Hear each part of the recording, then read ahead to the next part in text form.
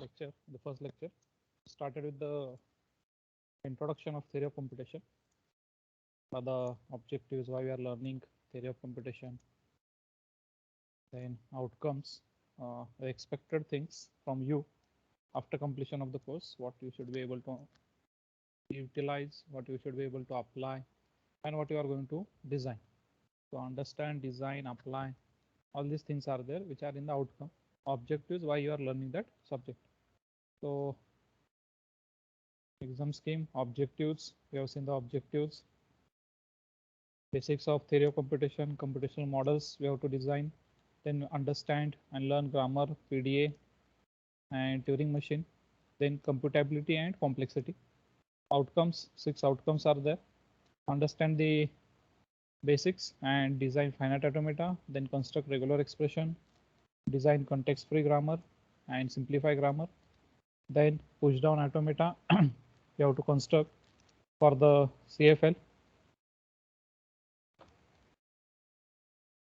Then design a Turing machine.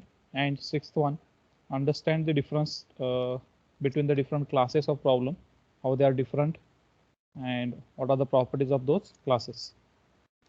Then a prerequisite, as it was told, is the discrete mathematics, and along with that, one model is from the PPL, the principles of programming language, system design model, how the system is designed, what are the phases of system design or life cycle. Then sixth unit, 6 units, number of hours allotted for each unit, and the CO, objective outcomes that are mapped with the particular unit. Learning resources, textbook, reference book, ebooks, and the NPTEL video lectures, which you can watch online. You can download the book and read it. Then the computation, what is theory and theory of computation? It is a development of formal mathematical model. We have to design and develop formal mathematical models of computation that reflect real world computers. So first model need to be designed, then only it can be manufactured or produced in real time. First model is required.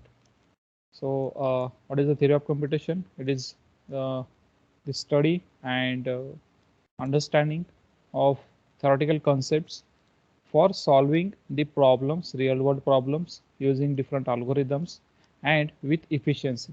So how efficiently we can solve a problem using different algorithms.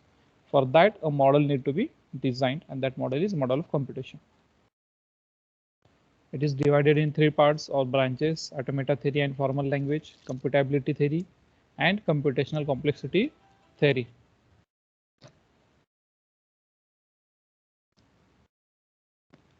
Then why to study? First, we need to study the theoretical part. Then only we can implement it, and we can understand how it can be implemented and what are the expected outcomes, what operations we are going to do, how those operations will be carried out, what should be the function, what should be the logic, and what are the different conditions to be implemented in the logic.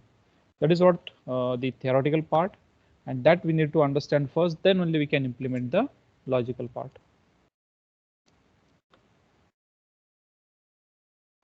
Then the next point is automata theory. I hope till that point everything is clear to all. The next point, automata theory. It deals with definitions and properties of different types of computational models. So it deals with definitions. It defines various models.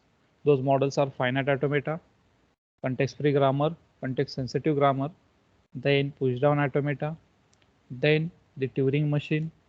All that we are going to use, and all these are the computational models.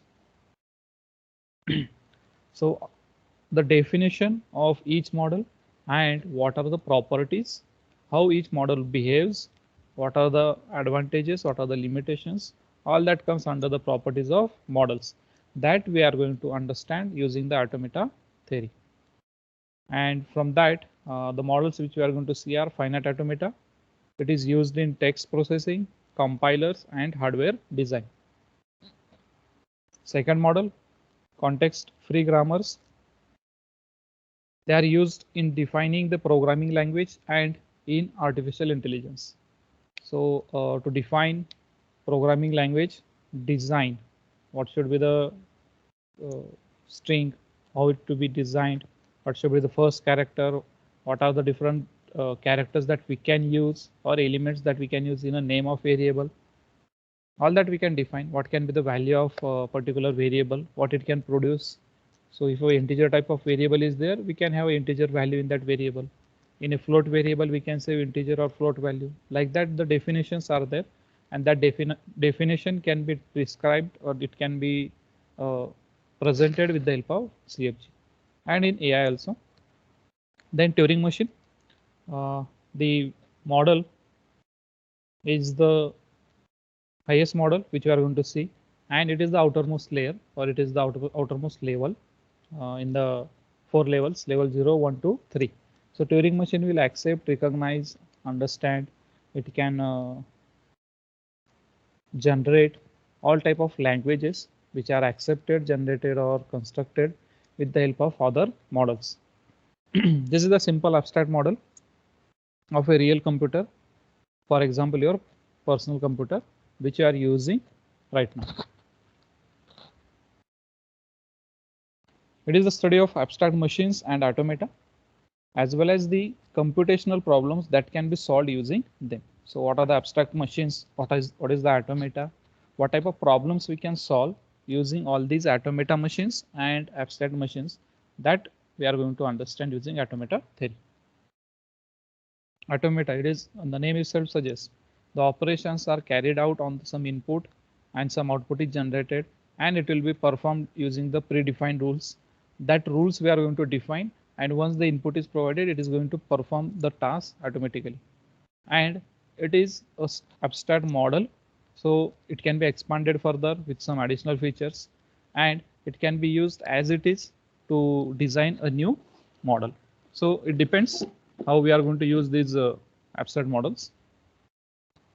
It is the theory of theoretical computer science and discrete mathematics. So as the prerequisite is the discrete mathematics. So it is the theoretical understanding of particular subject, that is the computer science and discrete mathematics. The word automata, how it comes? So the plural of automaton is automata. It comes from the Greek word automata, which means self-acting. So that self-acting is, it is going to perform the operations using the predefined rules for the given input, and some output will be generated based on the given input. If the input is correct, if satisfies the rule or the input format, then it can generate output, or it will generate some error. It is closely related to the formal language theory. An automaton is a finite representation of formal language that may be an infinite set. So it is a finite representation. A set may be infinite. You have learned, you use these sets in the discrete mathematics. So the sets is a collection of elements. It can be finite or infinite. Now that infinite set cannot be written by hand, or it cannot be typed. So how to represent it? To represent a set which is infinite, we can use some finite presentation, and that finite presentation we are going to see in this the first unit itself. We already used it. The finite representation is nothing but some expression that we are going to write, in which a variable will satisfy some condition. So let's say the set A is equal to X. Now what is that X? X is a even number. Now I cannot write all the even numbers. I know what is the even number. So what I can say, X, A is a set of some even numbers. Then A is equal to X, where X is even number.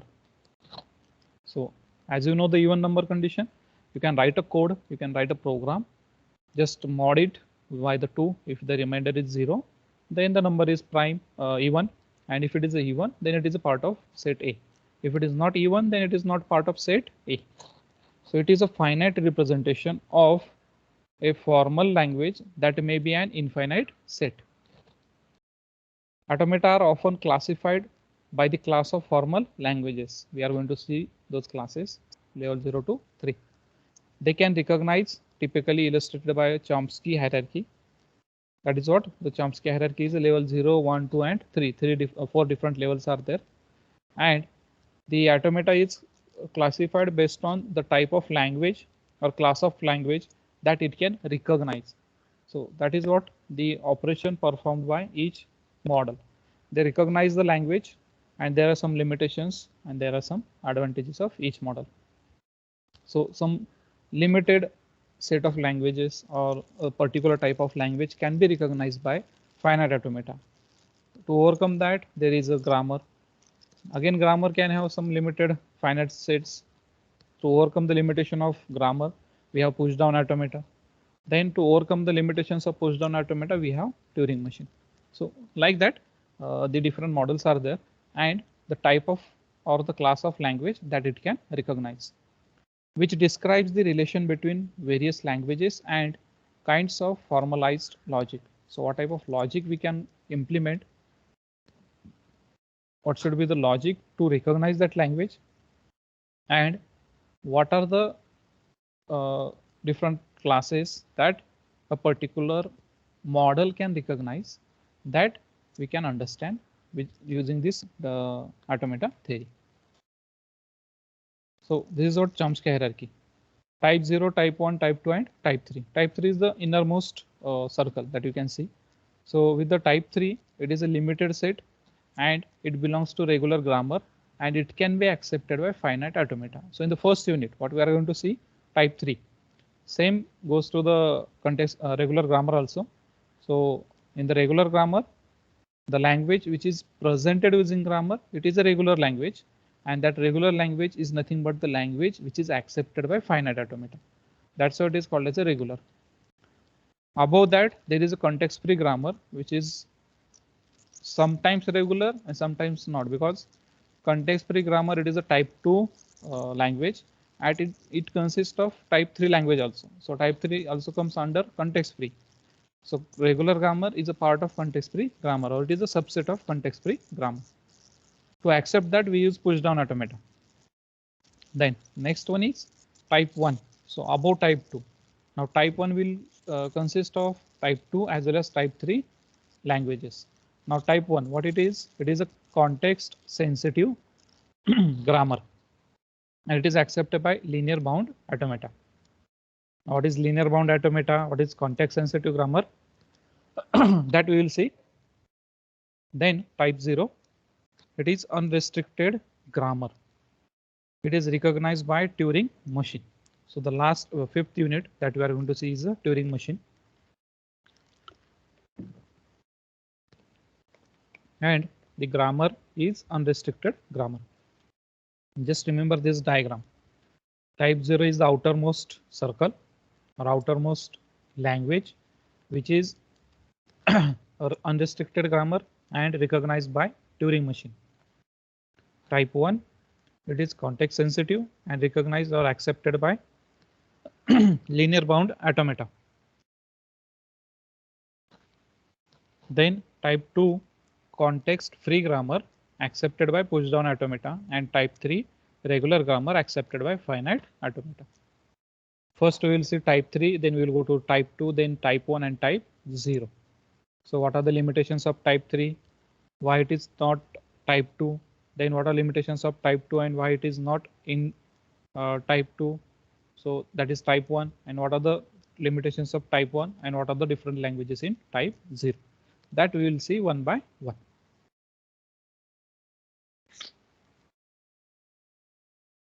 So what we are going to learn in the subject. First unit is formal language theory and finite automata. In that we are going to see finite automata, finite state machine, DFA and NFA. These are the types of finite automata. FA is finite automata, FSM is finite state machine. So number of states are there for each machine, and the machine will transit from initial state to next state. All of you are using ATM. So number of tasks are there, a number of steps are there. First you have to insert a ATM. Then it will ask for password, or it may ask for some details like the account type, then the amount you want to withdraw. Then it may ask for the password. So depending on the bank, the procedure is different. But first need to insert the card. Then you have to enter password, select the account, which type of account it is, saving, current, or any other, and then amount you have to enter, and you have to just press yes that you want to withdraw this amount. If amount is correct, then it will check the available amount, and depending on the amount entered, it will just select some number of notes from the particular note storage. So the amount, whatever you have entered, the amount, it should match with the amount that is withdrawal or the notes which are provided to the customer. So number of steps are there. Same way a compiler is there. When you compile a program, it directly does not provide you the object file. First, what it do, it just check the errors. It just check the semantic error, syntactic error, then it generates parse tree, syntax, then it just find out the errors. If any error is there, then it will display the error. If no error, then generate parse tree. After that, what it will do, it will generate intermediate code, then find out is there any optimization possible in the code. If optimization is possible, it will perform optimization. Then optimized code is considered, and the optimized code is provided as an object file. So these are the steps in compiler. So compilation, if you go through the compiler steps, or if you look out for the compilation process, then you will find this data. I will show the diagram. So each step will perform some different tasks, and depending on the input provided, it performs the operation. So each step will have some input and it will have some output. And output of previous step or previous state is the input for second state, or it is input for second step. So that step can be considered as a state of a machine. So without entering password, it does not withdraw the amount. Without entering the amount, whatever amount you want to withdraw, it does not look out for the available amount, and it does not provide you the money. So these are the some steps in machine, and that we need to follow. So finite automata, finite state machine, FSM, a state machine which is having number of finite state and finite inputs, and it moves from one state to another. Second unit, regular expression. There again, we will see the conversion of NFA to DFA, NFA to regular expression, and DFA to regular expression. And what is the regular expression? Third, CFG and CFL, context-free grammar and context-free language, that we are going to see in the third unit. So what is grammar? What are the trees that are generated from grammar? How to simplify it? What are the different normal forms? And what are the applications of CFG? The fourth unit, it will be push down automata, not Turing machine. We are going to see the fourth unit to be push down automata, PDA, and how the PDA is used. What are the different operations that we perform in the PDA? So it is again push and pop, as we are going to use stack memory. So how to accept a language using finite state and empty stack. How to accept a CFL using PDA. How to recognize a CFG and how to connect it with the PDA. Parsing and different types of parsing. So parsing is a term related to compilation or compiler. Fifth unit, it will be Turing machine. Definition, description, representation of Turing machine, then different variants of Turing machine, and what is the halting problem in Turing machine. And the sixth unit on decidability and intractable problems. So P and NP classes, what is the SAT problem, what is undecidability, what are the algorithms that we are going to use, Kruskal algorithm, how it's going to work, all that you are going to see in the sixth unit. So these are the contents. I've just noted down the important points. Now this diagram, you can see it. So this diagram represents steps of compilation. The statement is there, position equal to initial plus rate into 60. Some expression is there, mathematical expression or regular expression. In this regular expression, the calculation is done, initial plus rate into 60. So there is the expression, whatever the initial value is there, then whatever the rate is there into 60, that operation is done, and the value is assigned to position variable. So initial, rate, and position. These are the three different variables. Now, the first step is lexical analyzer. It converts this expression into tokens, generates the token ID1, ID2, and ID3. These are some tokens generated from lexical analyzer. ID1 matches with position, or it is mapped with position. ID2 mapped with initial, and ID3 mapped with rate. Then syntax analyzer, it will check the syntax of this particular expression.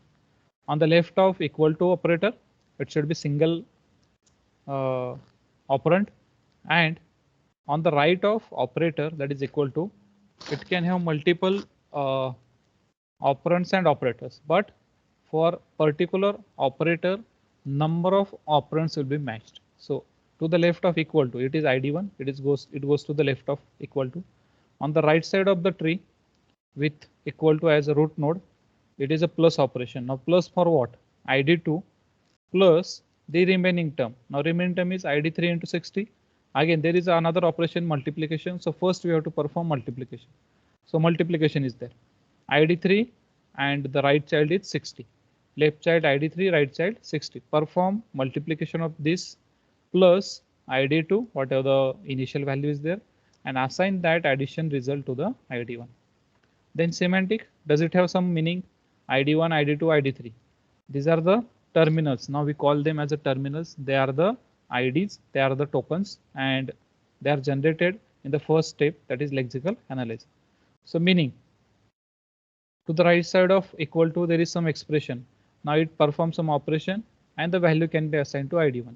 If we simply write equal to, and there is no alphabet, there is no character, no variable on the left of equal to, then it is an error of semantic type, no meaning. So semantic analysis, then 60, it will be converted from integer to real. So 60 is the value and it will be converted to real value. Next to that, it is an intermediate code generation. If syntax and semantics both are correct, if syntax and semantics both are correct, in lexical analyzer, there is no error generation. In lexical analysis, only the string or expression is converted to some IDs, identifiers, and tokens are generated. Then if syntax and semantics both are correct, then it generates intermediate code. Intermediate code is not a final code. It is an intermediate code based on the expression. So here, what is the expression? Temp1 equal to into real 60. The rightmost child into real, conversion of 60, the integer value to real type, and that value will be assigned to temp1. That is the temporary variable 1. Second variable is temporary 2, temp2. Now, what is the answer? ID3 to upper level. If we go, it is ID3 into 60. So ID3 into 60. Where is the 60? 60 is in temp1. 60 is stored in temp1. So ID3 into temp1.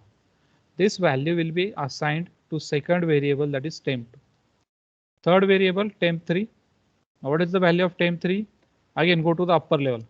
Now here is the plus operation. To the left of plus, we have ID2 as a child, and to the right of plus operation, we have this multiplication. So what is this multiplication? Multiplication operation is performed on ID3 and 60, and that result we have already stored. We have stored that result in variable temp2. So ID2 plus the right side result. And what is the result of right side of the plus operator? Temp2. So ID2 plus temp2. This addition will be stored in temp3. Now temp3 is the right side. This complete tree, the complete right side of tree is represented using temp3. So temp3 is the result that we are going to assign using assignment operator to ID1. So ID1 is equal to temp3. Now, what compiler will do? It will check whether optimization is possible. Do we need all these 4 instructions, or do we need all these 4 steps? Can we optimize it? Can we go to the 3-step execution? Can we have 2 steps? That will be checked by the compiler. And that is what called as optimization. Reduce number of steps, so the time required will be less. reduce number of resources required so that the dependency will change. As dependency changes, less dependency will be there, and if less dependency is there, again the waiting time to access the number of resources will be less. So code optimization. Now what it will be, temp one equal to id3 into 60.0. So directly multiply 60.0 to id3, and temp one result is added to id2, and that will be assigned to id1.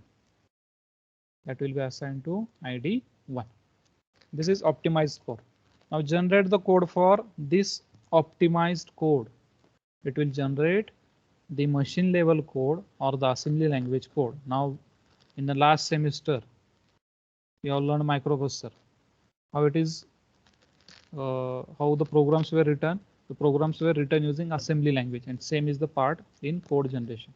Move f id3 comma r2. R2 is the source, destination is id3.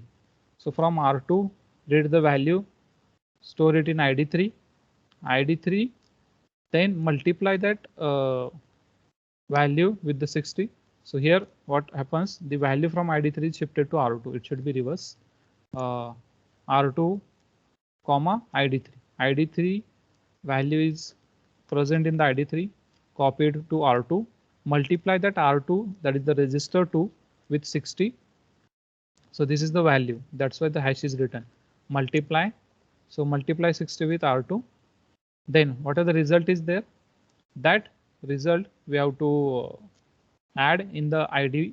So id2 comma r1.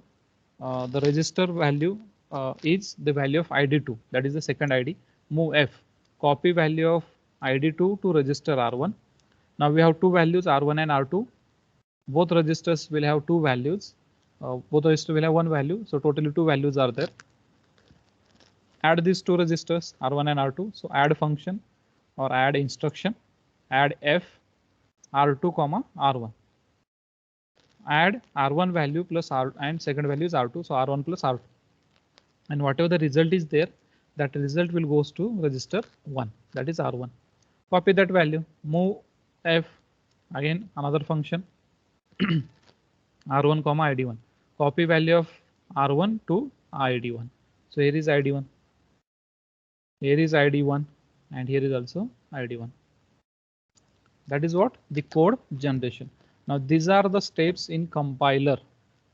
It is not part of syllabus, but for understanding purpose, I explained this. These are the parts of compiler. Now at each step, each machine or model, whatever we are going to design, will have different impact. A parse tree is required, a syntax tree is required. So here is the syntax tree, semantics tree, semantics is there. Then parse tree will be generated, and that parse tree will be converted to optimized code. And after that, we will have a final code in the assembly language. Now there are different assemblers or simulators which are available for the automata. The description of the automata can be entered in several ways. So we can input it in different ways. The automata can be defined in a symbolic language, or its specification may be entered in a pre-designed form, or its transition diagram may be drawn by clicking and dragging the mouse. So we can draw a transition diagram.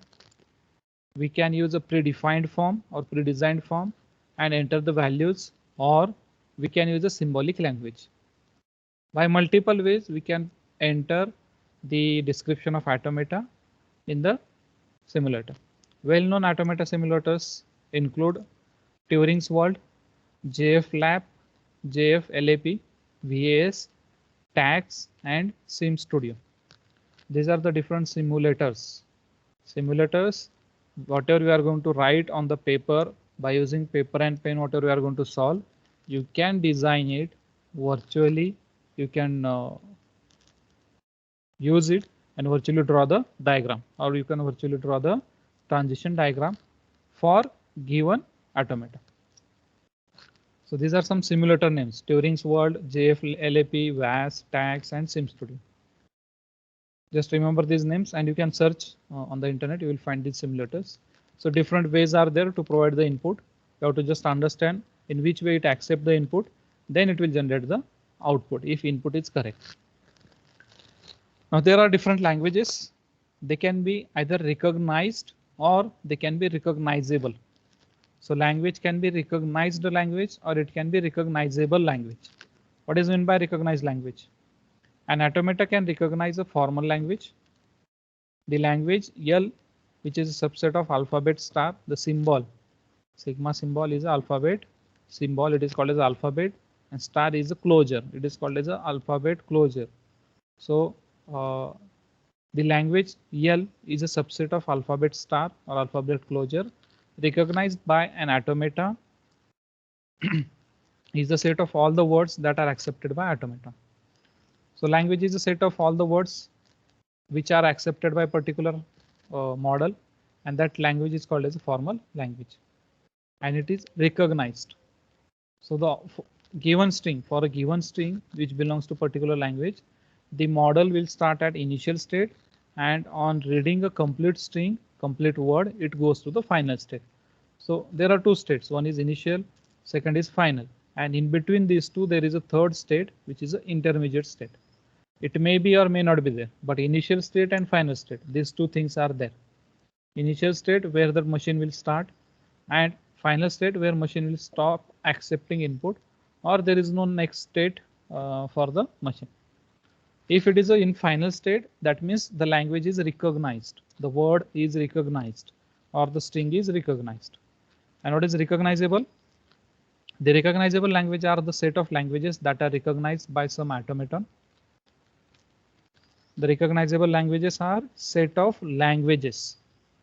It is a set of languages that are recognized by some automaton.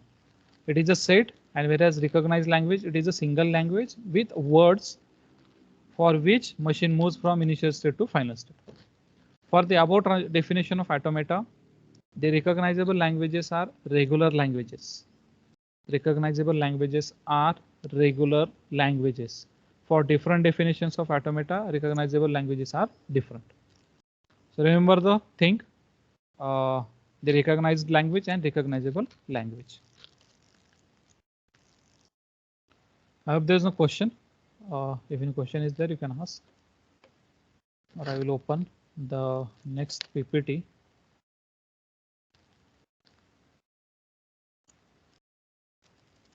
The next part is the prerequisite.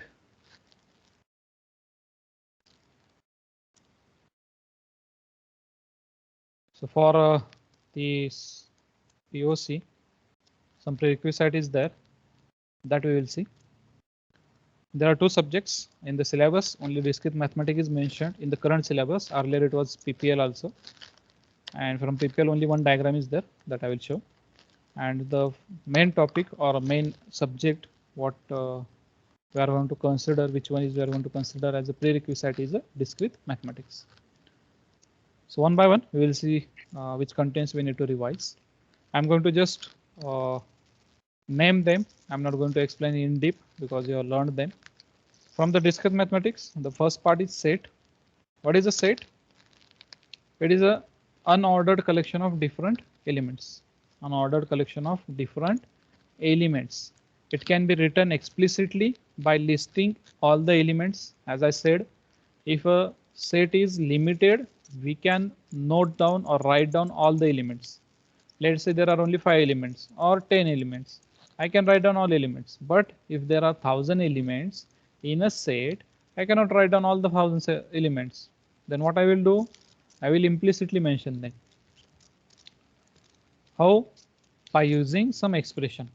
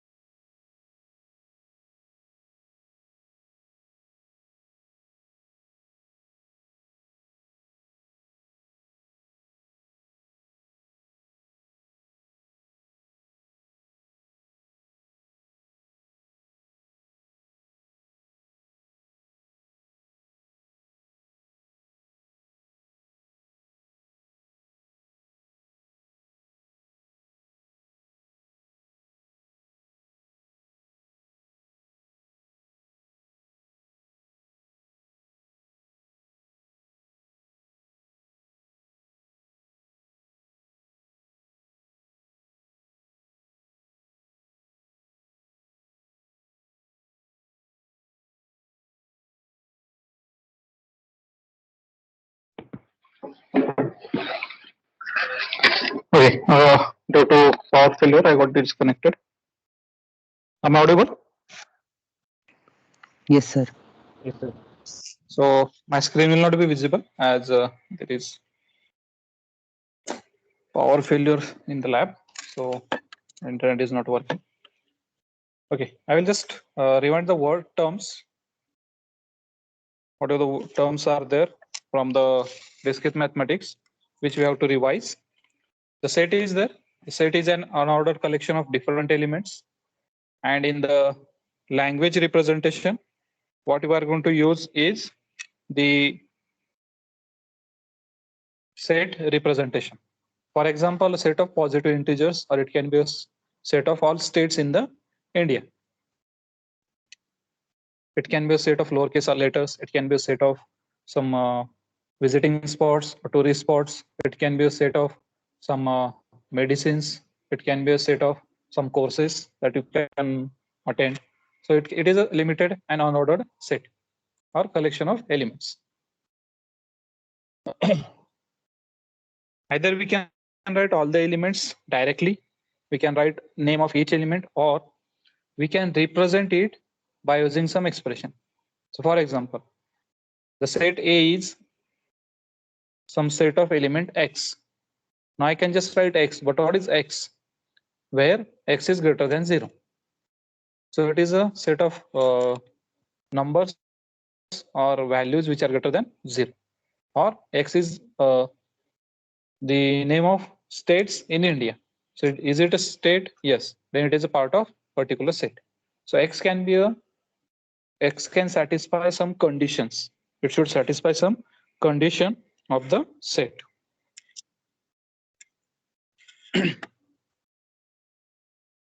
Now, how to represent the set? Either we can use roster or tabular form. That means we have to write down all the elements. So the method in which we write all the elements, it is called as a tabular form or roster form. And second one is a set builder notation, where we specify the condition to be satisfied by particular element. So let's say the elements are A, E, I, O, U, vowels in the English. So how can I represent it? Either I can write down all the elements. That is what tabular representation. And if you want set builder, then what I will say, A is equal to X, where X is a vowel in English alphabet. Or let's say the set B is there, where the elements, what are the elements are there? The elements are odd numbers below 100. below 100 or it may be below 1000. Now instead of writing down all the elements, that means all whatever the 500 numbers are there, instead of that, what I will do, I will specify B is equal to set notation. What is the set notation? Curly braces x, where x is greater than equal to 1 and less than 1000. X is greater than equal to 1 and less than 1000, and x mod 2.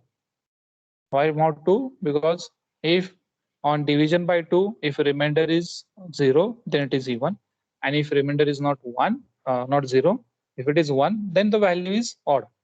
So second condition, x mod 2, it should not be equal to 0.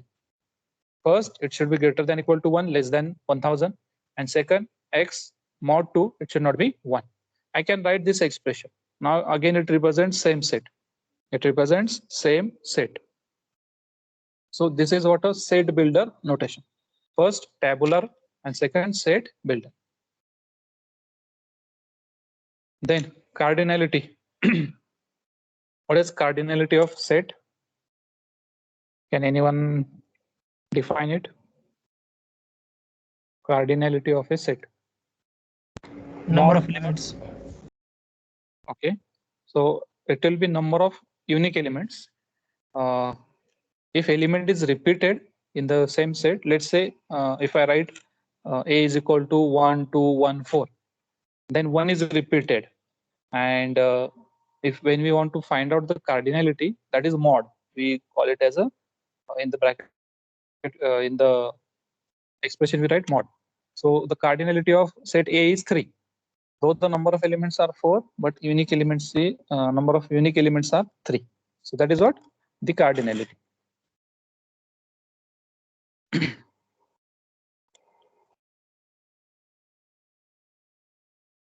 Then domain and range. So again, there are two definitions are there for domain and for range. For each element, there will be and mapping. If we map it with some another set or with relation, let's say there are two sets A and B, and we want to establish some relation between set A and B with the pair or ordered pair x comma y. Now x belongs to set A and y belongs to set B.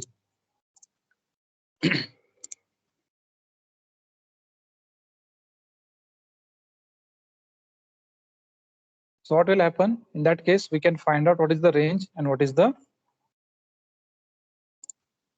domain. That I can find out using the ordered pair of elements from set A and set B.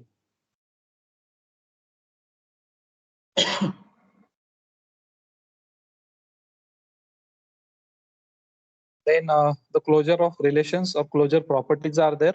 They are closed in a reflexive manner, symmetrically closure, and transitive closures. So that closure properties are there that you have to revise. What are those? Reflective, symmetric, and transitive. So in reflective, what will happen? We can map elements with the next element. It will not map with the low.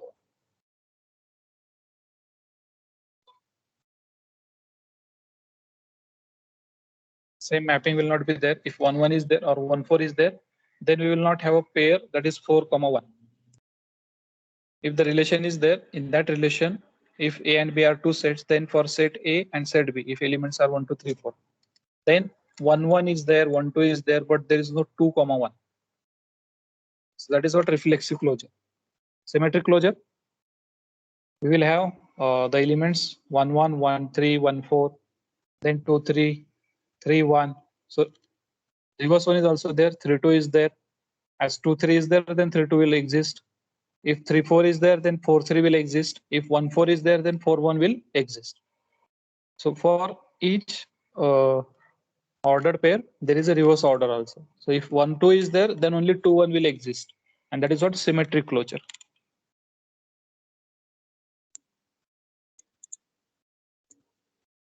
In transitive closure, what we will have is the larger elements and the elements from the first set and second set will be there, and it will be union of the element repeated once and element repeated twice. So R1 union R2.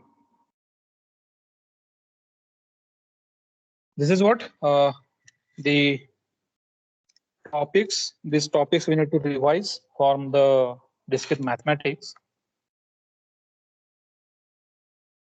From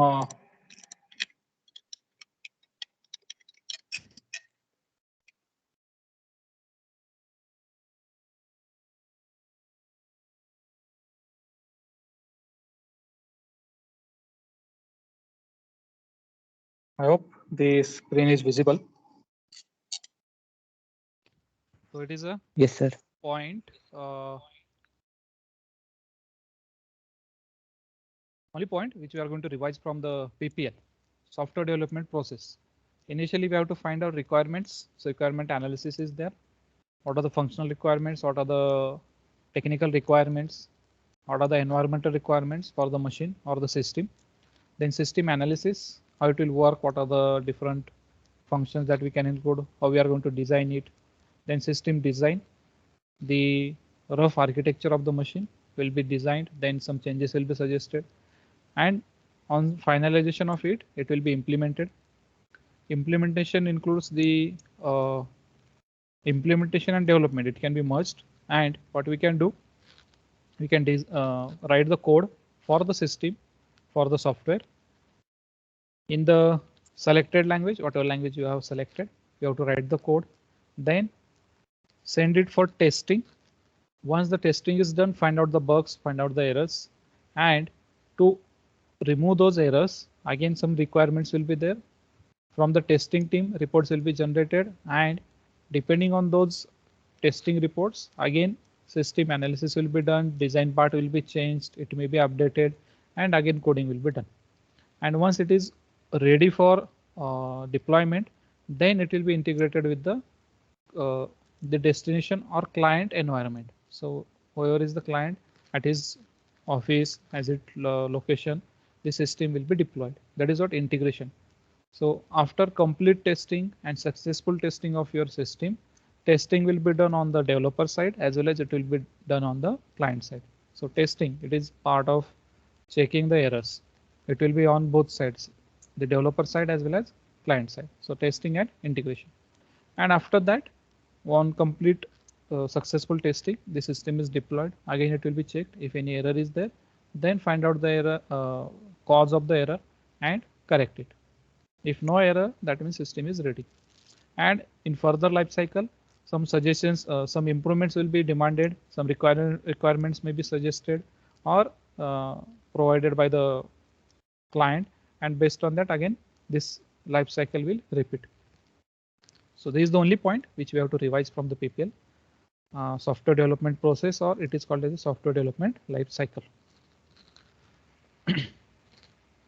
So we have revised the contents of discrete mathematics. We have revised the only point from the PPL, that is the software development life cycle. This is the compilation process. Source code is there as an input for the compiler. Now source code is in high level language. The code which we have written is in high level language, which we can understand, but it is not understandable in machine. We need to convert it to some target language, and that is what the object code. So source code, input for lexical analyzer, it generates tokens. So tokenized code is the output. It is the input for syntactic analyzer. It generates a parsed code. It generates a parsed code means parse tree. Then it is the input for semantic analyzer. It generates a qualified code. Qualified code. That means if syntax and semantics both are correct, then it is a qualified code, and it is the input for code generator. Now code generator converts this high level language, which is converted in tokenized form, to object code. But that object code is not final code. It is intermediate code. So here you can see optimize intermediate code, then optimize it, and then you will get the final code. So final code is there, generated by optimizer. And final code is object code, which is generated after compilation, successful compilation. Not only compilation, it is a successful compilation. Compilation, it will identify errors. If no error is found, then only it generates object file or output file. If errors are there, then there is no output or object file. That is what the final code. So this is a simple diagram. For each step or for each stage, symbol table is connected and error handler is connected. At each stage, there may be an error. At each stage, there may be some symbol which is generated and need to be stored in the table. So for that, symbol table is connected. It will just store the symbols, and error handler, it will just handle the error. For each step, it is there. This is part of compilation, compiler construction. If you go through the compiler construction book, you will find this diagram in the first unit itself. What is compiler? What are the compilation? What is meant by compilation? And what are the compilation phases? That is the part of first unit. So in the prerequisite from the PPL, right now it is not required, but I will just highlight it. High level languages, the language which we use for the coding or for writing the codes. The language can be used by a single user. It can be used by scientific or researchers. So they are also using these programming languages to perform their tasks. You can go through the history of the computer programming languages: Pascal, Fortran, C, C++, Java, Python. When these languages were invented, how they are why they were invented, what are the features, and now how they are useful. Then what is meant by syntax and semantics, that I already explained. What is syntax and semantics? They determine the validity of program. So the syntax rule, it defines and it states how to form an expression, statement, and programs that look right. That is what a syntax rule. So variable must be declared before it is used. But what should be the name? That it should have some semantics. The semantic rule, what it tells us, how to build a meaningful expression, statement, or program. Characters are used as ultimate syntactic building blocks. It is an example. Every program is formed by placing characters together in some well-defined order. So that is what semantics. So syntax and semantic, two different rules are there. How to form an expression and how to build a meaningful expression. Syntax and semantics. Types of error in languages: syntax, runtime, linker, logical, and semantic error. These are the different errors which are generated after compilation due to different possible errors in the C or C++ language due to different error conditions. You have learned abstract class, abstract function that you already learned in the OOP. And for that, there is abstract syntax tree. So by replacing all the variables, some IDs are generated, temporary IDs, and that tree is an abstract syntax tree.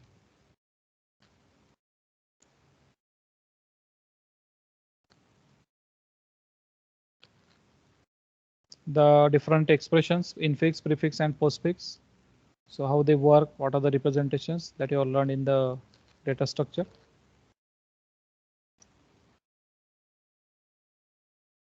What is meant by expression and what is a statement? Expressions are syntactic constructs. They are syntactic, meaningful constructs that allow the programmer to combine values and operations to compute new value. It can be of type Boolean, it can be type of string. So whatever the expression we are going to write, it may generate a single type of value or of different type of values. And what is the statement? It is an instruction that the interpreter can execute. Statement is an instruction, for example, if, print, and assign. But expression, it is a syntactic construct that programmers use or that allows the programmer to combine values and operations to compute new values. So example of expression: result equal to A plus B into C. Now here expression, what it do? It combines values or variables ABC, and operations plus and multiplication, and assignment. That value is assigned to the variable result. This is what expression. It is a meaningful expression. It can have some more operators. It can have some more operands in the same expression. And in case of statement, we can have comparison. If A is greater than equal to B, if B is equal to C, that is what the statement that we can write, or print. We can print the result. Now how to write print? For there is a syntax. The syntax is there. Print, how to write a print function. So it can be a print or printf, whatever it is, or it can be cout. So using that, what you can do, you can write some output expression, and that is the printing statement. So it is a print, or it may be a if. So these are the some words that we need to revise from the data discrete mathematics, then from the PPL, principles of programming language, and some words, the tree and abstract tree from the data structure. This is all about prerequisite for the TOC. In the first unit, in the first lecture, we have started with the introduction of TOC, why we are learning objective and outcome, what we are going to learn, and what are the different units, what are the different outcomes. In the second unit, today we have seen what is the prerequisite, what you need to revise from the earlier subjects that you learned in the second year. In the next lecture, day after tomorrow, we are going to start with the first unit. The first unit is finite automata, the formal language and theory. So introduction to the formal language and theory, in which we are going to see finite automata and other things.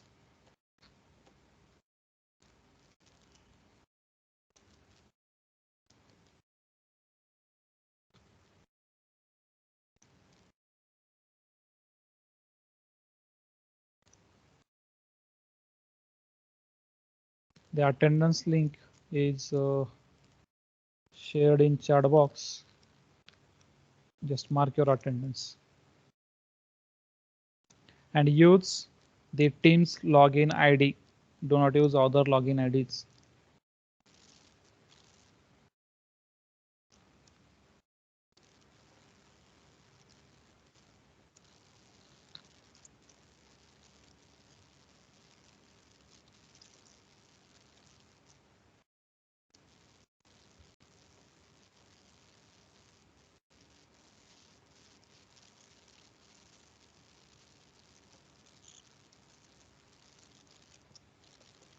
Those who have marked attendance, they can leave.